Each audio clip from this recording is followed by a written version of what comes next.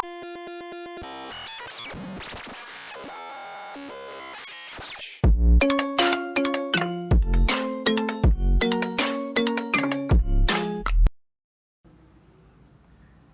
and Clark's Child Health Nursing, question 21. An infant is admitted to the pediatric intensive care unit after open heart surgery for the repair of ventricular septal defect. Place these nurse assessments in order of priority. कि एक infant admit हुआ है PICU में after the open heart surgery of ventricular septal defect. Ventricular septal defect congenital acyanotic heart disease है जिसकी open heart surgery के बाद infant admit हुआ है पीआईसीयू में. तो अब नर्स का प्रायोरिटी असेसमेंट क्या होगा, उस ऑर्डर की सीक्वेंस में हमें ऑप्शंस को लगाना है. तो फर्स्ट हमें ऑप्शन मिला है heart rate, second operative site, third urinary output, fourth respiratory status and fifth is intravenous catheter. तो प्रायोरिटी असेसमेंट नर्स का होता है to monitor the vitals. Vitals check करने होंगे सबसे पहले. वाइटल्स में मोस्ट इंपॉर्टेंट होगा हमारा इन्फेंट का रेस्पिरेटरी स्टेटस. तो फर्स्ट प्रायोरिटी आ जाएगी नर्स की to assess the respiratory pathway, respiratory status of the child, कि कहीं उसका रेस्पिरेटरी एयरवे ब्लॉक तो नहीं है किसी कंडीशन से, या रेस्पिरेशन ठीक से चल रही है या नहीं चल रही. नेक्स्ट सेकंड वाइटल्स आता है हमारा जो ऑप्शन में गिवन है heart rate.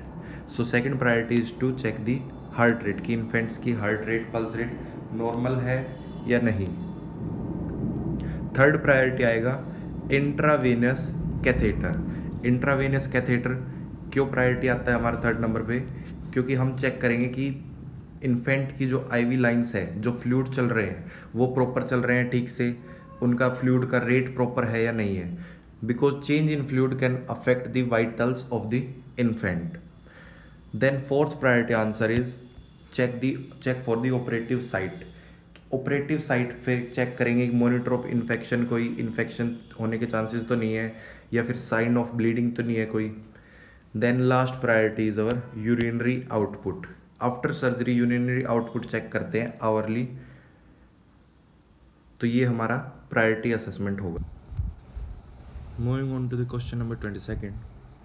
What is the nurse priority intervention when preparing for admission of a child with acute laryngotracheobronchitis? Acute laryngotracheobronchitis is also known as Krupp disease, that is upper airway infection.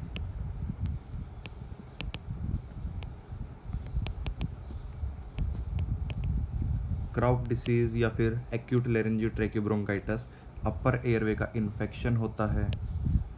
That is most commonly caused by para-influenza type 1 virus.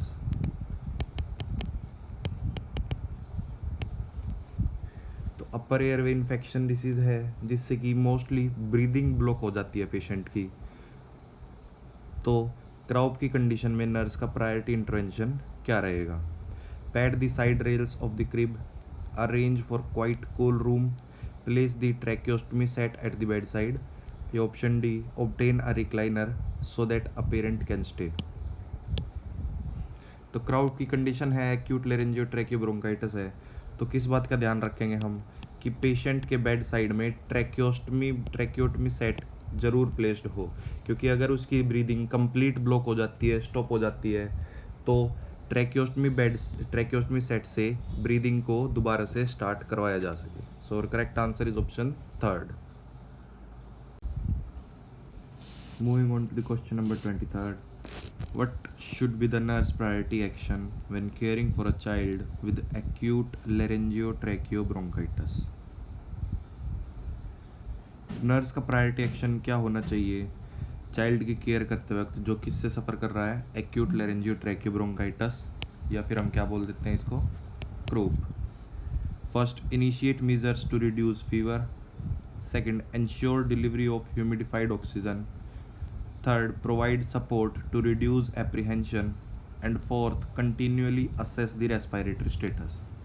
So croup कैसा disorder है हमें पता है, अपर airway infection disorder है जिसमें patient की breathing stop होने के चांसेस होते हैं। तो मोस्ट प्रायोरिटी आंसर क्या होगा हमारा कि कंटिन्यूअली असेस करेंगे पेशेंट का रेस्पायरेटरी स्टेटस, कि उसका रेस्पायरेटरी स्टेटस कैसा है, ठीक से ब्रीदिंग हो रही है या नहीं हो रही है। सो correct answer is option 4. Moving on to the next question, number 24. A 3-month-old infant has been hospitalized with respiratory syncytial virus. What is the priority intervention? एक 3-month-old infant है जो हॉस्पिटलाइज्ड हुआ है with the RSV virus, respiratory syncytial virus. तो nurse का priority intervention क्या होगा? First, administering an antiviral agent. Second, clustering care to conserve energy. Third, often oral fluid to promote hydration. And fourth, provide an antitussive agent whenever necessary. तो RSV है condition, respiratory सिंसाइटल virus. तो respiratory सिंसाइटल virus generally treat हो जाता है by self, जिसको कोई specific treatment की requirement नहीं होती। 2 to 3 वीक्स में खुद से ठीक हो जाता है RSV, respiratory syncytial virus, normal condition में। सिम्टम्स क्या क्या देखने को मिलते हैं इसमें? Generally sore throat, barking cough, low grade fever जैसे सिम्टम्स देखने को मिलते हैं। सो नर्स का प्रायोरिटी इंटरवेंशन क्या रहेगा? Option first is administering an antiviral agent. अब रेस्पिरेटरी सिंसाइटिल वायरस है, वायरस कंडीशन है, तो वायरस से हुई है, तो क्या हम एडमिनिस्टर करेंगे एंटीवायरल एजेंट्स? बिल्कुल नहीं किया जाएगा।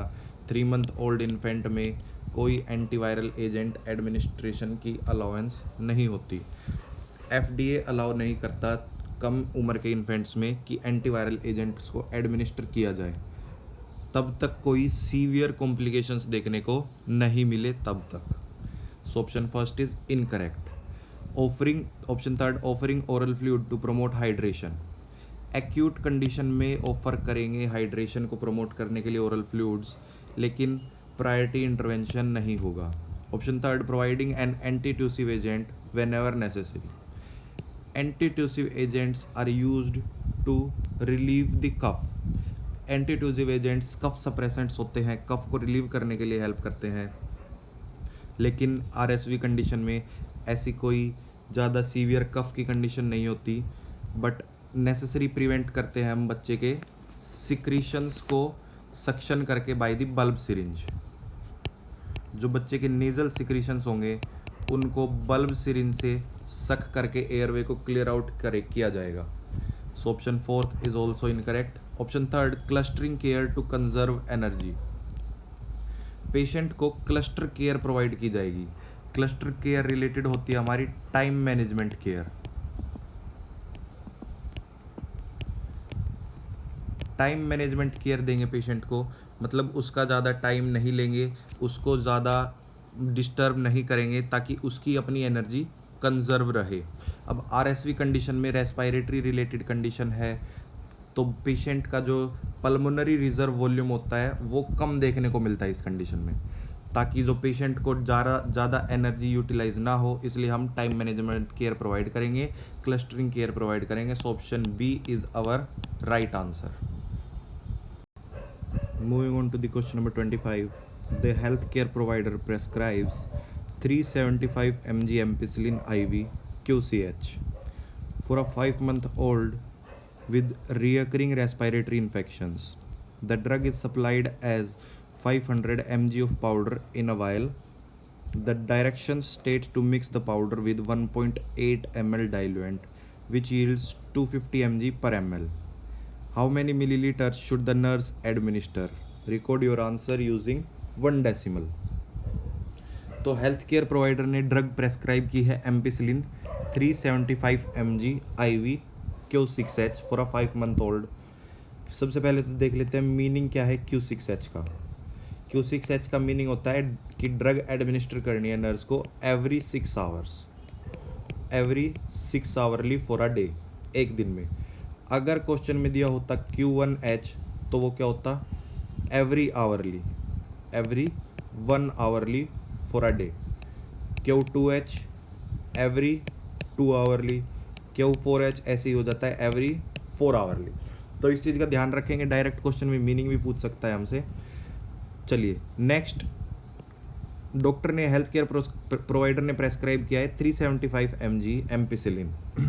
The drug is supplied as 500 mg of powder in a vial. Drug हमारे पास किस फॉर्म में है, पाउडर फॉर्म में है 500 mg की, और उसको मिक्स करने के लिए 1.8 ml डाइल्यूएंट यूज़ किया गया है। तो क्वेश्चन में हमें एग्जामिनर ने खुद ही बताया है कि हमारे पास 250 mg पर ml डोज है। तो कितने ml नर्स एडमिनिस्टर करेगी, फॉर्मूला यूज़ करेंगे। सिंपल ड्रग कैलकुलेशंस के लिए हमेशा फॉर्मूला यूज़ किया जाएगा, desired dose upon dose in hand.